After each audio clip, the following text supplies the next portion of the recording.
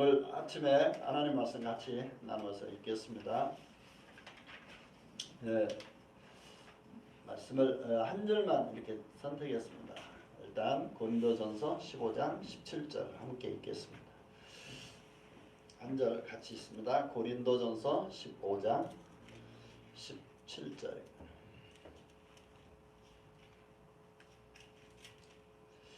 같이 있습니다. 시작. 그리스도께서 다시 사신 것이 없으면 너희의 믿음도 헛되고 너희가 여전히 죄 가운데 있을 것이요. 아멘.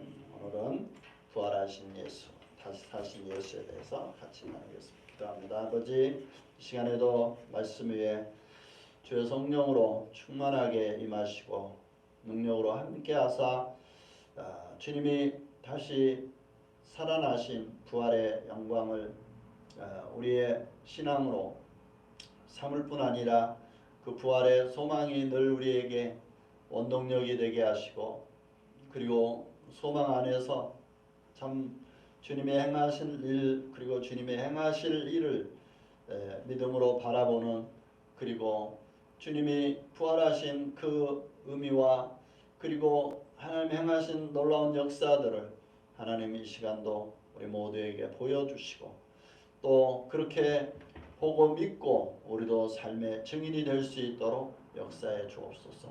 마칠 때까지 주님께 의뢰하고 예수님의 이름으로 기도했습니다. 아멘. 부활은 우리 그리스도인의 신앙의 가장 중요한 핵심입니다.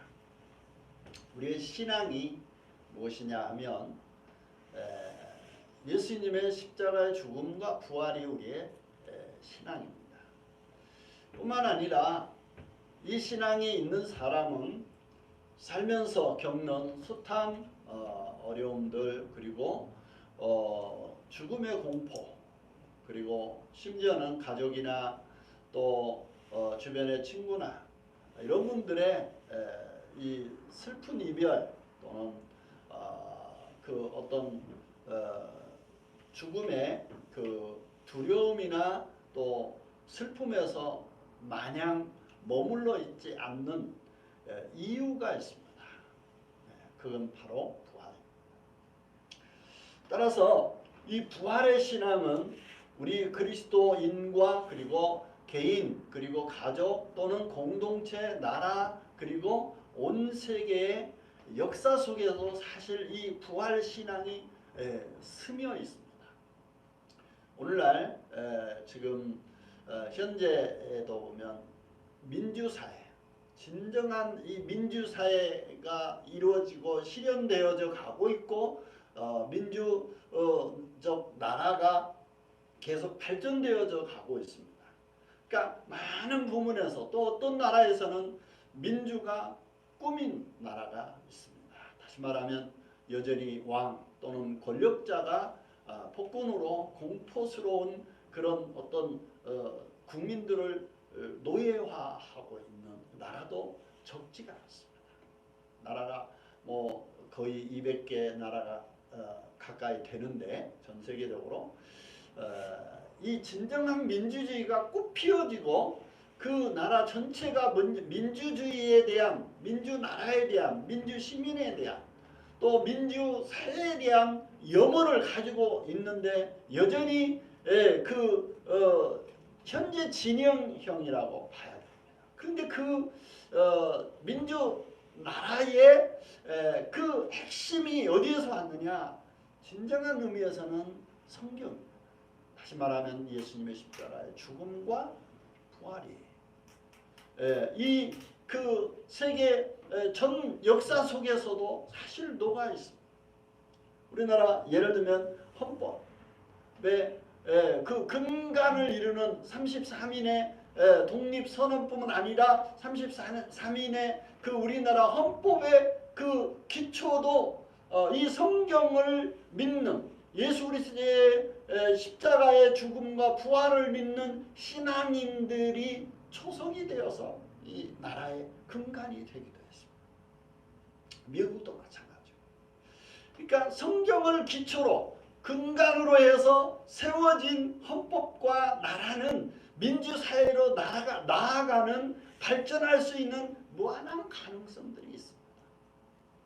따라서 오늘 다시 살아나신 부활하신 예수님을 바라보는 것은 저와 여러분에게 있어서 굉장히 중요한 안목이라고 그렇게 믿습니다. 오늘 본문에도 보니까 한 구절이지만 제가 세 가지로 나누어서 좀 살펴보기를 원합니다. 첫째, 그리스도께서 다시 사신 것이 없으면 이라고 하는 말씀을 보게 됩니다. 여러분, 다시 사신 것이 없으면 어떻게 될까요? 예수님이 부활하신 것이 없다면 어떻게 될까요? 성경에 보면 우리의 믿음도 헛것이라고 말합니다. 그리고 또 여전히 우리가 어쩐다고요? 죄 가운데 있을 거라고 나옵니다. 이 세 마디가 오늘의 핵심이면서도 우리의 신앙에 있어서 아주 중요한 근간을 이룹니다. 따라서 그리스도께서 다시 사신 것이 없으면, 여러분 반대로 말하면 어떻게 됩니까? 그리스도께서 사신 것이 있으면 이라는 말로 표현할 수가 있습니다. 다시 말하면 예수 그리스도의 부활이 있었기 때문에, 예수 그리스도의 다시 사심이 있었기 때문에 오늘날 우리에게는 진정한 소망, 그리고 진정한 우리의 믿음도, 그리고 하나님이 우리를 향한 진정한 사랑도, 그래서 믿음과 소망과 사랑의 그 엑기스가 뭐냐? 사실은 예수 그리스도의 죽음과 부활입니다.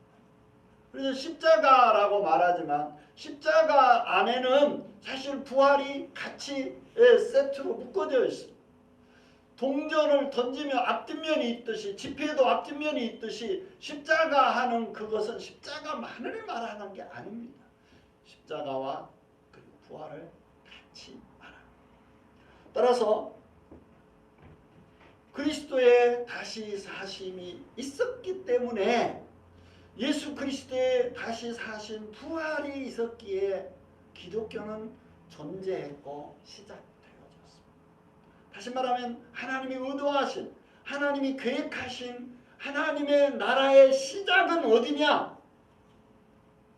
십자가 그리고 부활.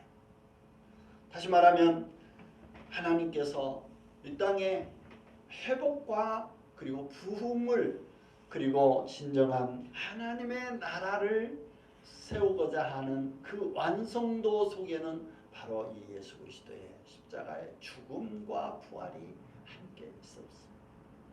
그래서 그리스도께서 다시 사신 것이 있었기 때문에 기독교가 오늘날도 이처럼 기독교 내에도 많은 문제, 많은 어려운 일들이 있습니다. 그러니까 교회가 이미 완벽하고 완성된 교회가 거의 없습니다. 이루어져 가고 있고 완성되어져 가고 있습니다.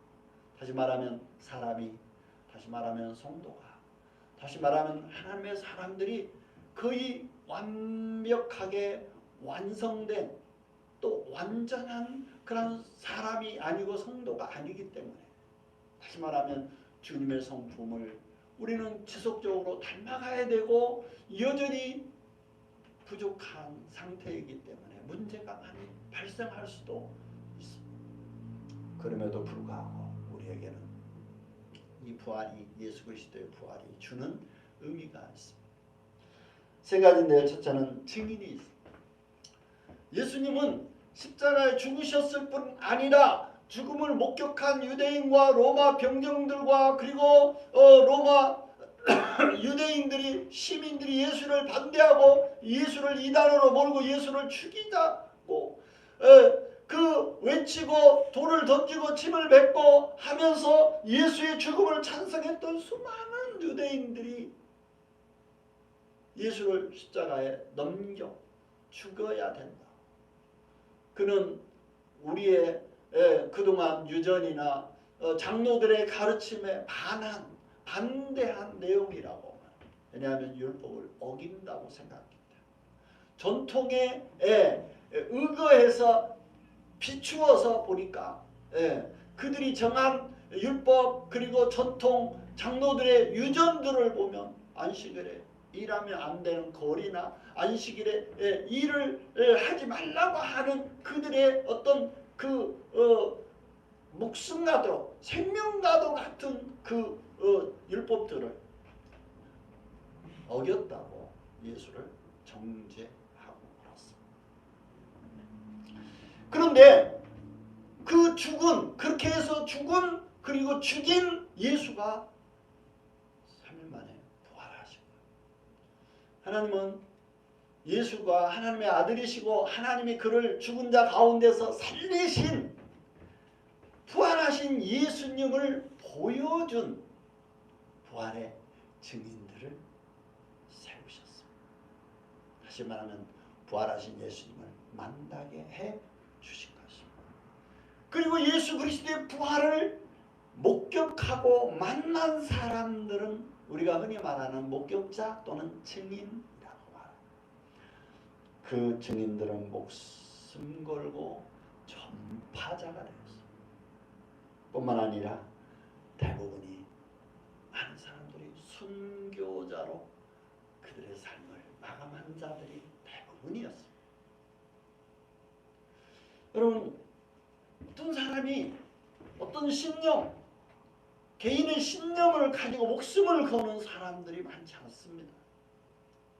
결정적일 때는 꼬리를 내리고 신념을 접는 경우도 많습니다. 그런데 신앙은 참이기 때문에 그 신앙은 죽음의 공포도 바꿀 수 없는 그 안에 뭐가 있어요? 예수 그리스도의 십자가의 죽음과 부활을 목격한 사람의 전파된 이 선포된 메시지를 들은 사람은 그것을 믿었고 그것을 받았고 그것을 알게 된, 그래서 그것이 신앙이 되고 그것이 삶의 원동력이 되어서 어떠한 상황이 주어질지라도 변함이 없는 것이죠. 왜냐하면 들었고 알았고 믿었고 그리고 그것이 사실이기에 이제 자기도 어떻게 돼요? 믿는 자도 그것을 전해 듣고 알고 믿는 자도 증인에 동참하게 됩니다. 그래서 자기가 믿을 뿐 아니라 그것을 이야기하는 사람, 이게 선포자요 전파자가 되는 거예요. 그래서 예수 그리스도의 죽음과 부활을 목격한 사람들을 하나님께서 세우셨습니다. 예수님 주변에 따르던 여인들 그리고 제자들, 심지어는 어떻게 고린도전서 15장 1절부터 쭉 보면은 오늘 본문 전에 보면은 16절 한번 읽어볼까요? 그 후에 500여 형제에게 일시에 보이셨나니 그 중에 지금까지 태반이나 살아있고 어떤 이는 잠들었다. 당시에 성경 저서 당시의 이야기입니다. 고린도서는 바울이 쓴 겁니다. 이 바울이 예수 그리스도의 승천, 부활하신 이후에 40일 동안 이 땅에 있었다고 말씀하고 있습니다. 친히 사심을 나타내시고 그 500여 형제들이 일시에 부활하신 예수님을 목격하고 그리고 하늘을 쳐다보고 있을 때 부활하신 예수님이 40일 동안 이 땅에 사역하시면서 부활하신 것 자신을 보여주시면서 수많은 사람에게 부활하신 예수님의 목격자로 만들었는데 그 숫자가 몇 명이냐? 약 500명. 그러니까 이 땅에 예수님은 약 500명의 형제 자매들을 증인으로, 부활의 증인으로 하나님께서 그들을 세우셨습니다. 그래서 그리스도께서 다시 사신 것이 있었기에 부활의 목격자가 약 500명이 되었던 것입니다. 두 번째로 너희의 믿음도 헛되다 말합니다. 여러분, 우리의 믿음이 헛된가요? 헛된 믿음을 우리가 가지고 있나요? 바꿔 말하면 우리의 믿음이 참되다면, 다시 말하면 우리의 신앙이 참되다면, 다시 말하면 예수 그리스도의 십자가의 대속의 죽으심과 그리고 부활하신 예수 그리스도의 부활의 이 전파를 들었고 알았고 믿고 그 예수가 나의 소망이시며 나를 사랑하셔서 내 모든 허물과 죄를 용서하신 구세주이시며 희생 양으로 번제물로 내 죄와 허물을 대신하여 속량하시고 죽으신 그리고 부활하신 예수님을 믿는 이 믿음의 신앙이 참이라면 예수 그리스도의 십자가와 부활은 우리에게 있어서 진정한 신앙이 될 것입니다. 그래서 예수님의 모든 제자들, 예수님의 부활의 모든 목격자와 증인들이 목숨을 걸고 시작된 기독교, 다시 말하면 예수 그리스도의 복음이, 예수 그리스도의 전파가 길게도 현재까지 이어져 오고 있다. 그런데 그 불은 식을 줄을 모릅니다. 그 사랑의 열정은 아직도 뜨겁습니다. 전 세계에서 이 신앙은 아주 더 이상 끌 수 없는, 더 이상 멈출 수 없는 지속적으로 태어날 그리고 앞으로 미래 세대까지도 책임질 참다운 신앙이 되고 있습니다. 이 믿음이 참되기 때문에 그렇습니다. 사실 초기에 제가 말씀드렸던 것처럼 참다운 민주주의 나라의 이 근간이 어디에서 왔느냐? 이 기독교에서 왔습니다. 여러분, 사실 예수 그리스도의 십자가의 죽음과 부활이 있었던 당시 약 2000년 전의 시대는 참으로 어두웠습니다. 우리나라 그 이후에도 세종대왕이나 이시조선 이 시대에도 말할 것이 없지만 예수님 당시에는 더 그랬습니다.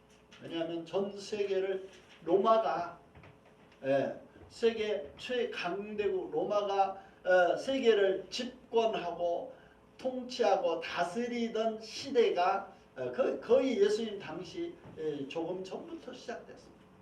그래서 철권, 철의 장막, 철의 통치, 철권이 언제까지 이어졌어요? 사실은 현재까지도 이 로마 캐톨릭에 의해, 이제 캐톨릭은 거의 이제 종교화된 나라를 수반하고 있습니다. 그러니까 그 로마 캐톨릭은 정치이자 종교의 그 상징이죠. 그래서 이제는 로마가 어떤 의미의 그 여러 기독교 중에 하나이기도 하지만 그러나 과거에는 그렇지 않았습니다. 다시 말하면 로마 캐톨릭은 굉장히 종교를 이용한 세계 최강대국의 그 엄한 통치 아래에 있었습니다. 거기에는 민주주의가 없었습니다. 그러니까 종교를 당시 콘스탄틴 황제가 300 약 40 몇 년 그죠? BC AD. 그러니까 그때 뭐냐면 로마가 계속 세계를 철권으로 지배하고 있는 세계 최강대국 로마가 기독교가 아주 불같이 일어나고 퍼지니까 기독교를 등에 업으면서 교황이 된 정치와 이 캐톨릭 종교의 기독교를 등에 업은 그런 로마 캐톨릭이 새롭게 탄생합니다. 그 전부터 로마의 지배는 있었습니다. 300년 동안 있었습니다. 그런데 그 이후에는 이 기독교가 불같이 일어나니까 로마가 기독교에 의해서 거의 신앙이 정복당해지니까 이제는 너나 할 것 없이 전부 예수 믿는 사람이 돼버린 거예요. 그러니까 교황도 기독교를 빼고 예수교를 빼면 통치가 안 되는 거예요. 어쩔 수 없이 교회를 기독교, 예수교를 등에 업은 것이다. 그게 이제 로마의 역사입니다. 그런데 그게 언제까지 일어나? 지금까지도 이루어지지만 지금은 이제 영토, 땅으로는 로마에 이렇게 국한되지만 거기에 파송된 로마 교황청의 지배가 각 나라에 이렇게 지금은 그래서 그 단순히 종교가 기독교가 그 로마 캐톨릭이 나라에서 보낸 대사건입니다. 그런 조직이 갖춰져 있습니다. 그런데 철의 정권이 로마 캐톨릭이 1900년간 이어졌습니다. 그런데 그 안에서는 진정한 의미의 민주주의, 즉 하나님이 꿈꾸는 하나님의 나라의 의미는 상실되어 있었습니다. 그래서 이제 마틴 루터 그리고 요한 웨슬레 등등 이제 수많은 이제 침례교 등등 이제 캐톨릭에서 파생된 저항해서 나온 종교 개혁을 일으킨 수많은 크리스찬들이 진정한 의미의 이제 개혁을 통해서 때론 반란을 통해서 때로는 그러니까 그때는 거의 모든 나라 뭐 로마 이탈리아 로마에서 시작된 로마 캐톨릭이 2000년 1900년 동안 철의 정권을 장악했지만 그 이전부터 영국에서 그리고 독일에서 그리고 그 유럽의 여러 나라들에서 그 로마 캐톨릭의 통치에서 벗어나기 시작했습니다. 그래서 새로운 기독교 종파들이 생기게 됩니다. 그래서 장로교회, 침례교회 또는 감리교회 등등 수많은 종교들이 기독교 그 새로운 종파들이 어디에서 파생됐느냐? 천주교에서 로마 캐톨릭에서 파생됐어. 그것의 근간은 그들의 신앙이 종교의 그 정치화된 그 캐톨릭에 의해서 진정한 성경이 왜곡되게 그들이 이렇게 그 교리화해서 그 통치하는 수단으로 삼았었습니다. 그러나 지금은 이러한 종교 계획들을 단행하는 여러 유럽의 나라들에서 시작된 그 일이 참된 신앙을 위해서 목숨을 걸고 로마 캐톨릭의 통치와 지배에서 벗어나면서 새로운 자유민주주의 국가와 나라를 세우려는 수많은 시도, 수많은 노력, 수많은 피 흘린 발자취들을 통해서 참다운 신앙이 꽃피워지고 있습니다. 그래서 한 나라에도 이처럼 캐톨릭이 있고 장로교가 있고 감리교가 있고 침례교가 있고 이런 기독교 종파들이 자유롭게 이제 나라의 그 전파가 이루어진 것 이것이 역사 속에서 녹아온 것.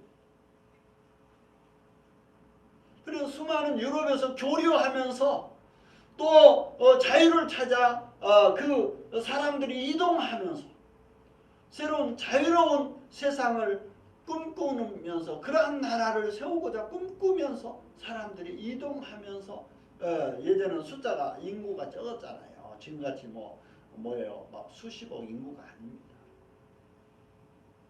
예전에는 아주 숫자가 적었잖아요. 그러니까 사람은 적고 땅은 넓으니까 사람들이 이동하면서 신앙과 자유로움을 찾아서 이동하면서 국가가 생겨지고 그 국가에 기원한 시작한 사람들의 종교에 따라서 그 나라가 이제 달라지는 거죠. 자, 이처럼 믿음이 참되면 그 사람의 믿음에 의해서 그 사람이 성경적 세계관에 따라서 이처럼 뭐예요? 정치화된 통치를 위한 수단으로서의 성경이 아닌 성경이 주가 되는 성경의 정신이 성경의 하나님의 그 참 사랑과 그리고 참다운 신앙과 그리고 참다운 소망이 근간이 된 그런 하나님의 의도된 나라가 세워지기 위해서 이 참 신앙은 그래서 우리에게 너무나 소중하다. 지금도 사람 각자의 삶의 배경 또는 배움 또는 환경에 따라서 신앙이 실제화되는 데 있어서는 많은 각자의 그 색이 여러 가지로 나누어지고 있습니다. 다시 말하면 지속적으로 우리가 주님을 추구하고 주님이 실제, 이 실제라는 말은 참이라는 말. 믿음이 헛되다 하는 말의 반대는 믿음이 참이다는 말인데 이 참이라는 말은 주로 진리이기도 하고 실제라는 말이기도 하고 그렇기 때문에 참믿음은 헛된 믿음과의 반대입니다. 참믿음은 결국은 우리의 믿음이 우리 자신의 신념이 아닙니다. 교리를 만들어서 체계화된 교리를 가진 그 믿음이 그 신념이 진리가 아닙니다. 진리는 살아계신 부활하신 십자가에서 우리를 대속하시고 죽으시고 그리고 살아나신 부활하신 그리스도 실제이신 그분이 진리이십니다. 그 주님이 실제로 나를 통치하시냐가 그 사람의 신앙의 실제가 될 때 그게 진리이고 그게 주님의 사랑. 그래서 어느 시대이건 이 믿음이 참되다면 믿음의 주요 온전케 하시는 이 그리스도 예수가 나의 주인이 되셔야 합니다. 그래서 나는 주님을 주님으로 인정한 참된 신앙이 내가 내 가운데 세워져야 합니다. 그래서 나는 주님의 뜻에 의해서 주님의 인도에 의해서 주님의 가르치심에 의해서 주님의 우리에게 영을 통해 주님의 영 그리스도의 영에 의해 성령에 의해서 지속적으로 인도함을 받은 그러한 하나님의 사람들로 저와 여러분이 세워져야 이 믿음이 진리의 영이신 예수 그리스도의 영에 의해서 지속적으로 인도함을 받는 사람이 되도록 꾸준히 주님을 추구하는 삶이 저와 여러분이 계속 되어야 합니다. 그래서 개인이나 가족이나 어떤 공동체 또는 나라와 그리고 온 세계 예수 그리스도가 통치하신 하나님의 나라가 이 땅에 세워져야 되는 것입니다. 거기에 진정한 그리스도인들이 그렇게 우리의 왕이시고 우리의 구세주이시고 그리스도이시 통치자이시 하나님의 아들 예수 그리스도가 우리의 주가 될 때 우리의 믿음의 주이신 주님이 우리에게 참된 삶으로 참된 가치로 참된 세계관으로 우리의 삶을 인도해 가실 것입니다. 뿐만 아니라 지속적으로 그 주님을 존중히 여기고 그리고 그 주님의 뜻과 의도를 정확하게 주님을 추구하는 사람, 주님을 사모하는 사람, 주님을 찾는 자들의 심령에 주님이 세워 가실 것입니다.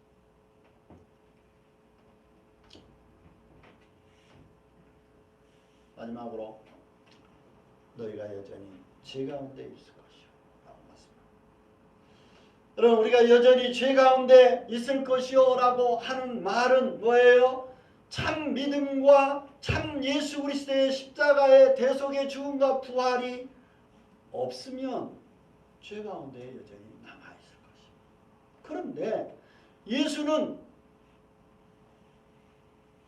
우리가 여전히 죄 가운데 있는 게 아니라 참된 자유자로서 참된 해방자로서 참된 예수 그리스도의 사랑과 은혜가 우리 가운데 넘치는 실제 주님이 통치하시는 하나님의 사람이 된 우리들은 죄에서 어때요? 자유를 누립니다. 여러분 우리는 죄를 떠나서 살 수 없는 존재입니다. 그래서 우리의 허물은 항상 드러납니다. 이건 누구도 마찬가지입니다. 왜 그래요? 우리의 본성 자체가 죄가 넘쳐나는 본성을 가지고 태어났기 때문에. 그래서 우리가 알게 모르게 어쩌다가 죄를 짓는 게 아닙니다.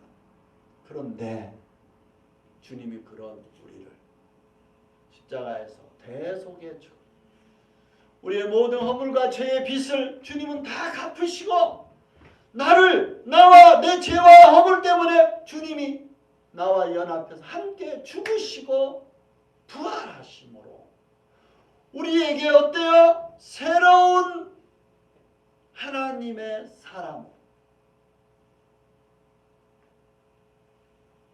그래서 우리가 거듭나게 된 것. 그래서 우리가 구원받게 된 것.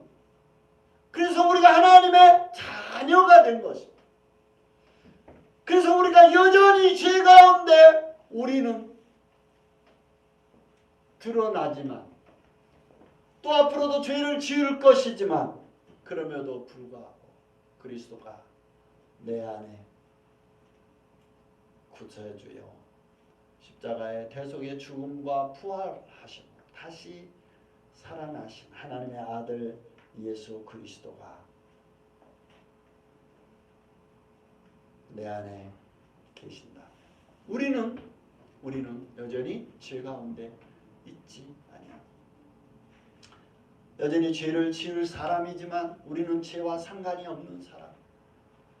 우리는 또 앞으로 후회하고 이번에도 대통령 선거 때 이야기했던 손가락을 차릴 만큼 후회할 짓을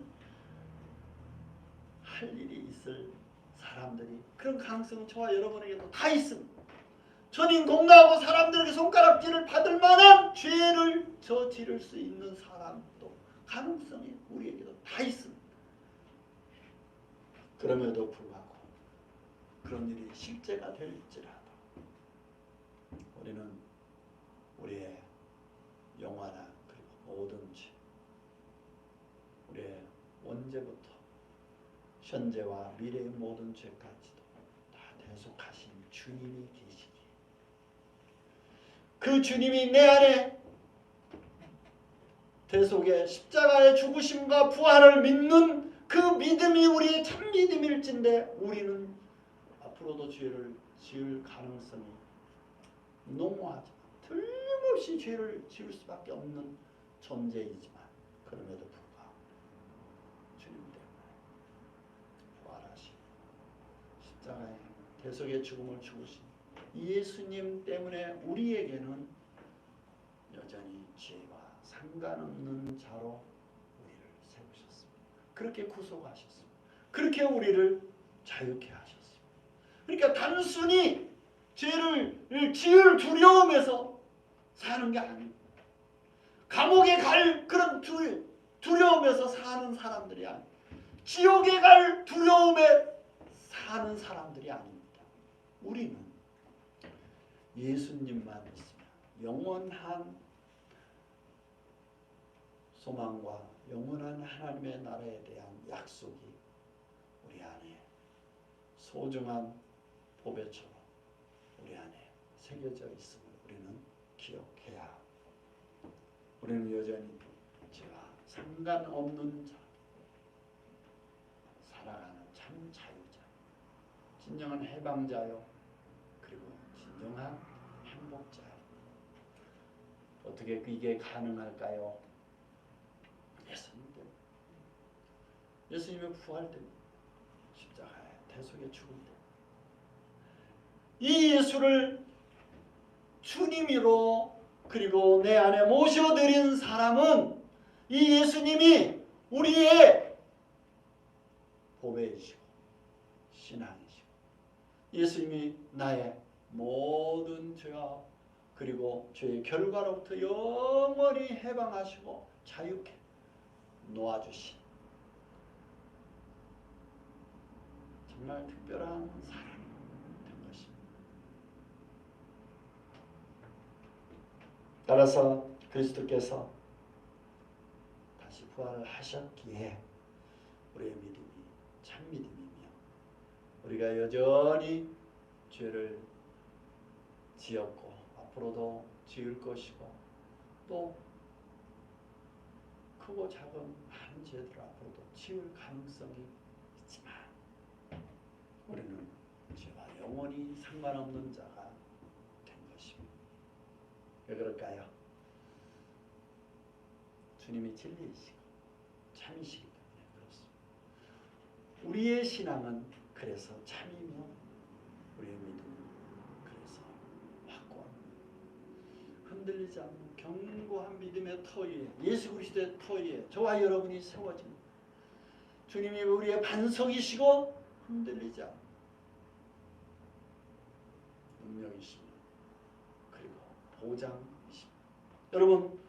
여러분의 자유는 우리가 그 어떤 올무에서 어떤 그 속박에서 어떤 그 제약에서 잠시 풀려나고 벗어나는 그런 정도가 아닙니다. 영원한 자유, 영원한 행복의 소유자. 따라서 저와 여러분이 이 예수 그리스도의 부활로 얻을 영광 그리고 영원한 행복자로서 저와 여러분이 기쁨 가운데 살아갈 수 있는 근거가 되는 것입니다. 이것이 우리의 신앙, 이것이 우리의 믿음입니다. 이것이 우리의 전부입니다. 이 믿음이 있기에 우리가 언제나 자유로울 수 있습니다. 어떤 사람에게서나 어떤 환경에서나 그 무엇에 매이지 않을 자유로움이 있습니다. 그것은 참 자유자 예수가 저와 여러분과 함께하고 있기 때문에 이 신앙이 참 믿음, 이 신앙이 흔들리지 않기 때문에 이 신앙 가운데서 저와 여러분이 늘 기뻐하고 어떤 상황에서도 매이지 않고 어떤 환경에서도 어떤 죄책감에서도 우리가 자유롭게 벗어날 수 있는 근거가 됩니다. 사실 감옥에는 죄인들만 가는 게 아닙니다. 여러분 감옥이 창살 없는 이 감옥이 있잖아요. 가야 될 사람이 자유롭게 돌아다닙니다.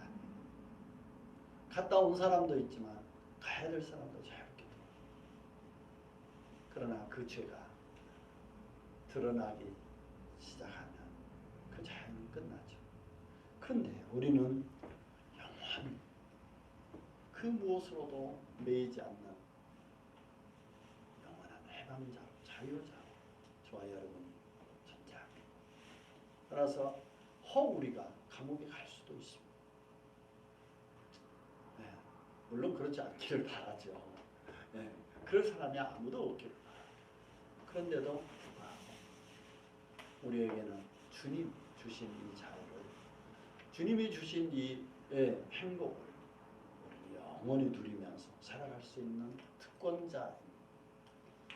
그래서 우리 그리스도인들은 사실은 특별 계층입니다. 예수님 때문에 그렇습니다. 그래서 우리가 누릴 수 있는 이 자유는 사실은 무한대요.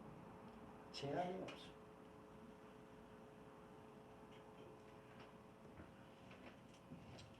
결론입니다.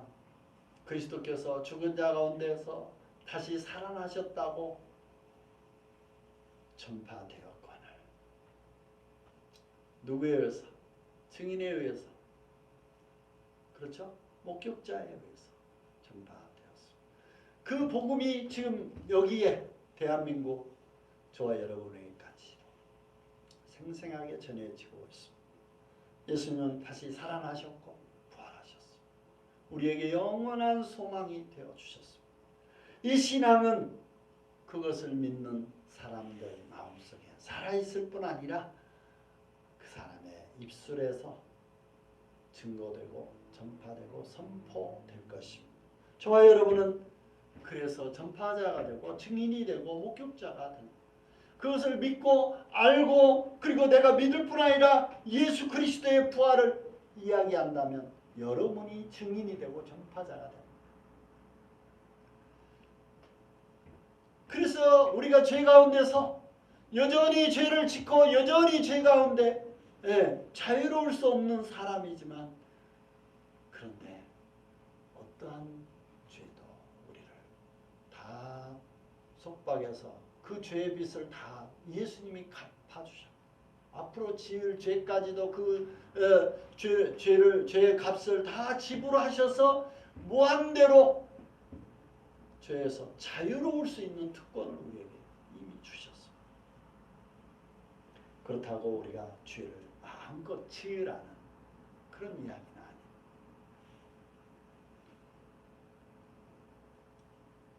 우리는 살아있는 동안에 죄에서 해방된 예수님 때문에 죄와 더불어 살지만 그 죄에서 더 이상 속박받지 않을 은총을 받은 자입니다. 저와 여러분이 부활하신 예수 십자가의 대속의 죽음으로 인한 그리고 모든 죄의 결과인 죽음, 사형 그리고 영원한 그 형벌인 지옥, 그렇죠?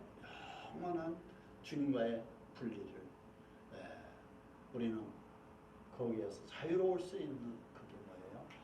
이 예수 그리스도 부활. 부활의 소망이 있기에 주님과의 영원한 이별이 아닌 영원한 주님과의 보장 안에 우리가 거하게 됩니다. 십자가의 부활은 그런 의미에서 저와 여러분에게 영원한 보장성 복음입니다. 예수님이 부활하셨기에 우리는 우리의 신앙이 참이고 죄에서 여전히 자유로울 수 있고 뿐만 아니라 그 증인으로 전파자로 살아갈 수 있는 특권을 누릴 수 있습니다. 저와 여러분이 그렇게 살아가고 자유자로 살아가는 삶에서 그 특권을 누리는 저와 여러분 다 될 수 있기를 주님의 이름으로 축복합니다.